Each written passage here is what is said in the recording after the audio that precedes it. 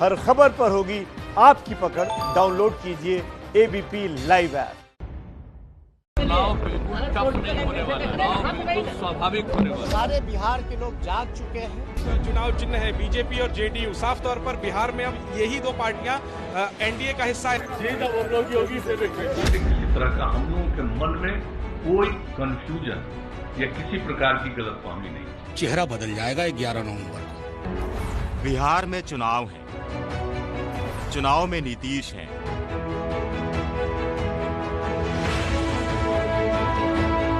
लालू जी के बेटे हैं, बेटियां हैं, भाषण है, हम लोग योगी से जाति है,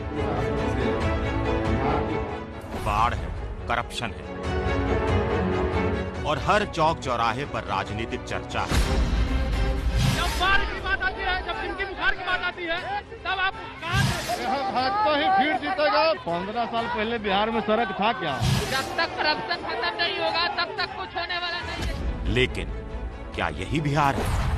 आज जो बिहार है, क्या उसके पीछे भी कोई बिहार है दुनिया से छुपा हुआ? आज से बहुत पहले का बिहार।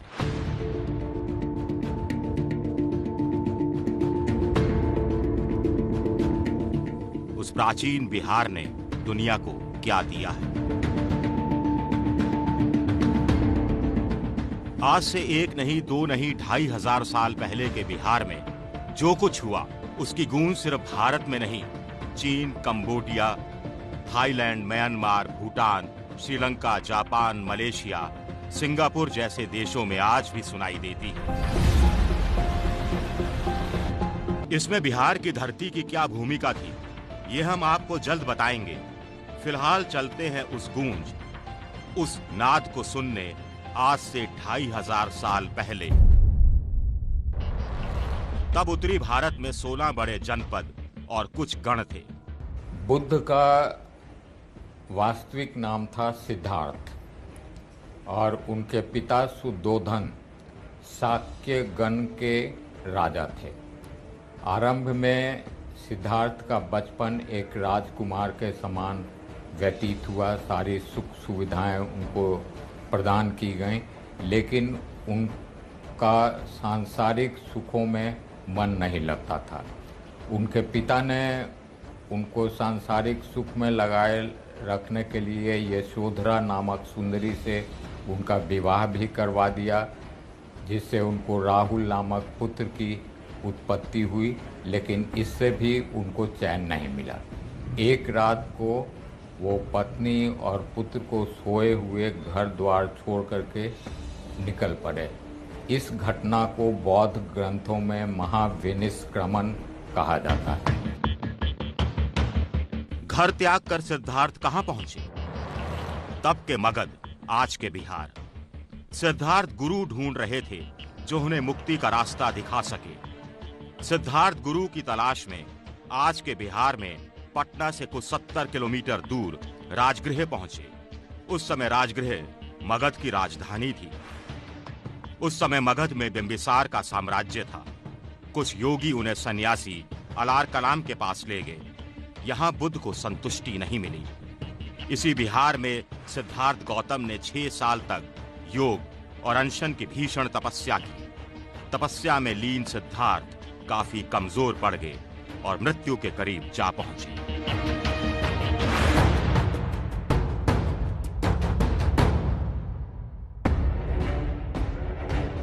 सिद्धार्थ गौतम बिहार की धरती पर ज्ञान की खोज कर रहे थे।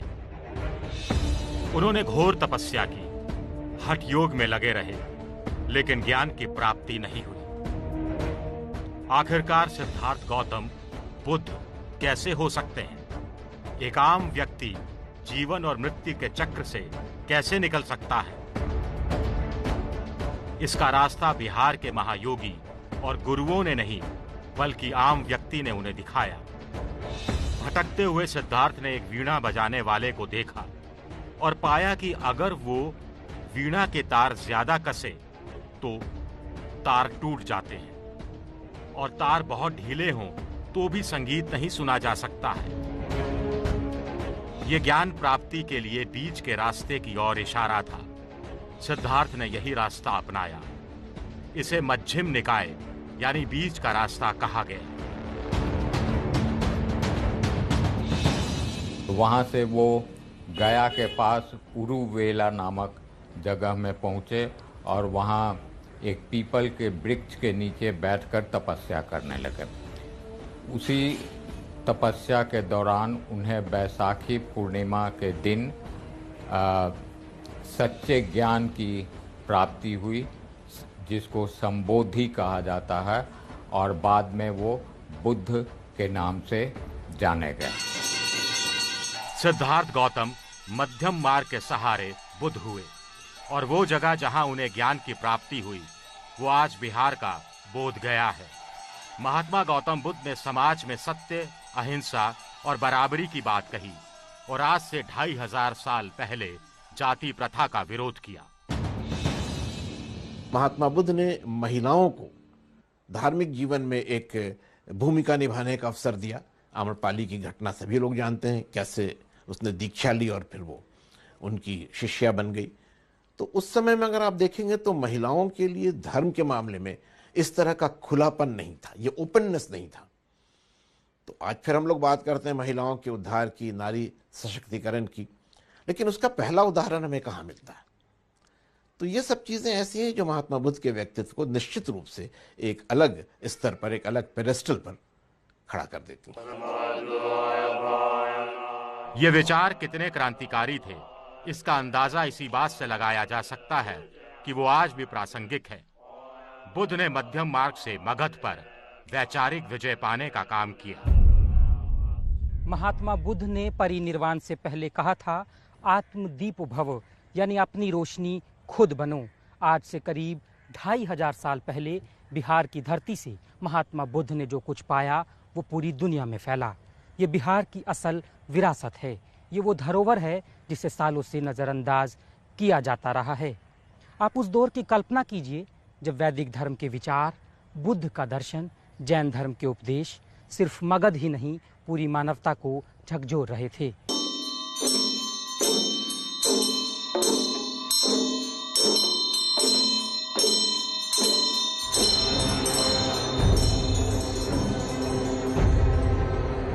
बुद्ध के समय में ही बिहार की धरती से एक बहुत बड़े विचार ने जन्म लिया।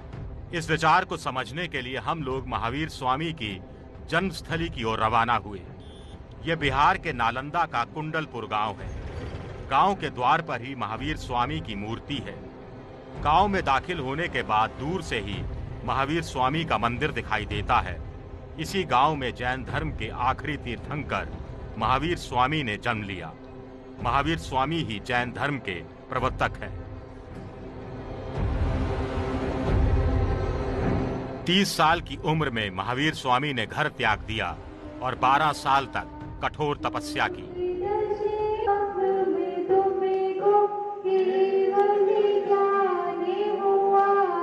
जैन धर्म में 24 तीर्थंकर हुए।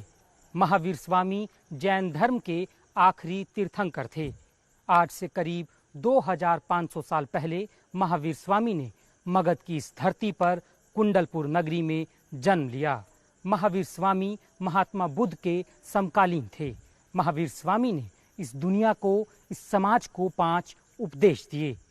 चोरी ना करें, सत्य बोलें, हिंसा ना करें, ब्रह्मचर्य का पालन करें, और 5वां उपदेश अपरिग्रह, यानी जितनी जरूरत है उतने में अपने जीवन को यापन करें, अपने जीवन को चलाएं। महावीर स्वामी के इन उपदेशों के साथ साथ उन्होंने महात्मा बुद्ध की तरह दुख को खत्म करने के उपाय भी बताए। जैसे महात्मा बुद्ध ने मध्यम मार्ग बताया, वहीं महावीर स्वामी ने मुक्ति के लिए कठिन मार्ग को चुना। ऐसा मार्ग जिसे आम व्यक्ति के लिए पालन करना आसान नहीं था। बुद्ध की शिक्षाएं उदार थी, महावीर की कठोर थी। तपस्या पर अधिक बल दिया गया। सभी के लिए पालन करना सरल नहीं था। आप चलते हैं तो पैर के नीचे चींटी न पड़ जाए।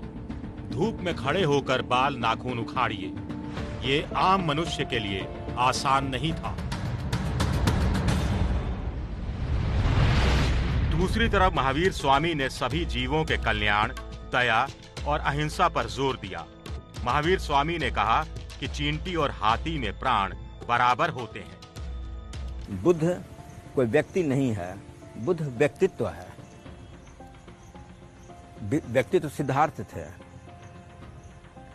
तो बुद्धत्व की प्राप्ति उन्होंने की, तब वो बुद्ध हो गए, मतलब निर्वाण की प्राप्ति की। ठीक है, महावीर भी हर कोई हो सकता है, वह भी व्यक्ति नहीं है, व्यक्तित्व है। इसी तरह के व्यक्तित्व की झलक पटना में मिलती है। न सिर्फ बौद्ध धर्म, जैन धर्म, बल्कि सिख धर्म को पूरी दुनिया में प्रसारित करने का काम भी बिहार ने किया। ये पटना का श्री हरमिंदर साहब गुरुद्वारा है।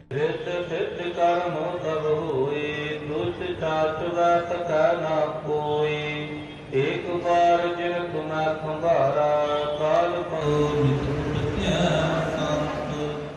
यहाँ हर साल हजारों लोग दुनिया भर से मत्था टेकने आते हैं। यही वो जगह है जहाँ सिखों के आखिरी गुरु यानी 10वें गुरु गोविंद सिंह ने जन्म लिया था। बिहार परम पूजनीय धरती है और ख़ास करके तख्त श्री हरमंदिर जी हर सिख जिंदगी में कम से कम एक बार यहाँ पटना आने की ख्वाहिश रखता है।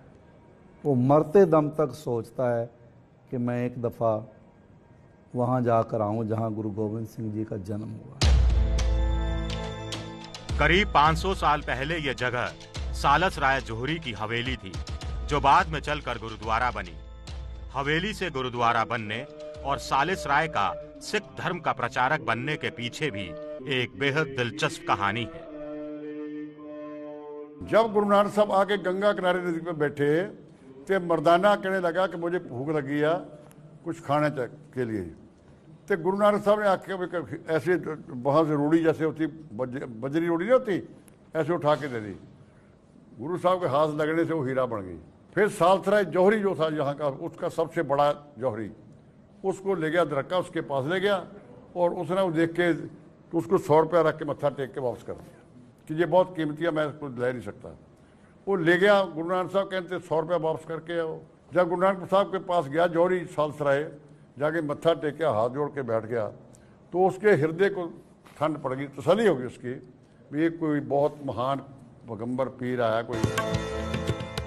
पटना की इसी जगह पर सिख धर्म के बीज बोने वाले गुरु नानक देव जी के बाद उसे दुनिया भर में फैलाने का काम गुरु गोविंद सिंह जी ने किया।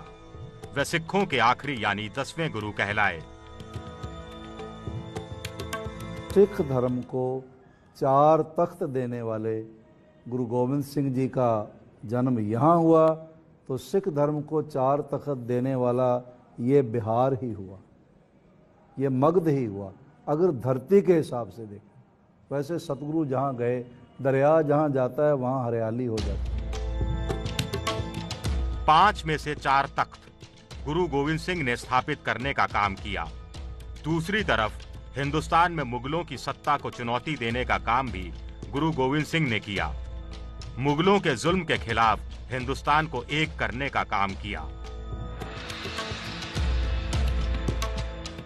यानी जब बदलाव की बात आती है, वैचारिक लड़ाई की बात आती है, संघर्ष की बात आती है, तब गंगा की ये धरती, मगध की ये धरती महात्मा बुद्ध, महावीर स्वामी, गुरु गोविंद सिंह जैसे व्यक्तित्व तराशने का काम करती है। यही बिहार है, यही बिहार की असली विरासत है।